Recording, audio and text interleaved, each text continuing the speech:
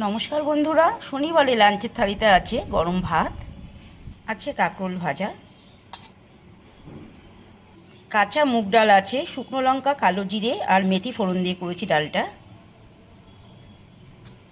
আছে ঝিঙে আলু পোস্ত,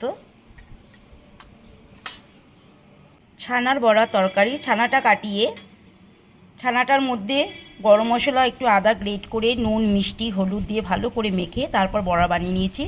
তারপর ধনে, জিরে, আদা, কাঁচা লঙ্কা পেস্ট বানিয়ে এই ঝোলটা আমি করেছি। আমড়ার চাটনি, সব শেষে আছে পাকা মিষ্টি আম।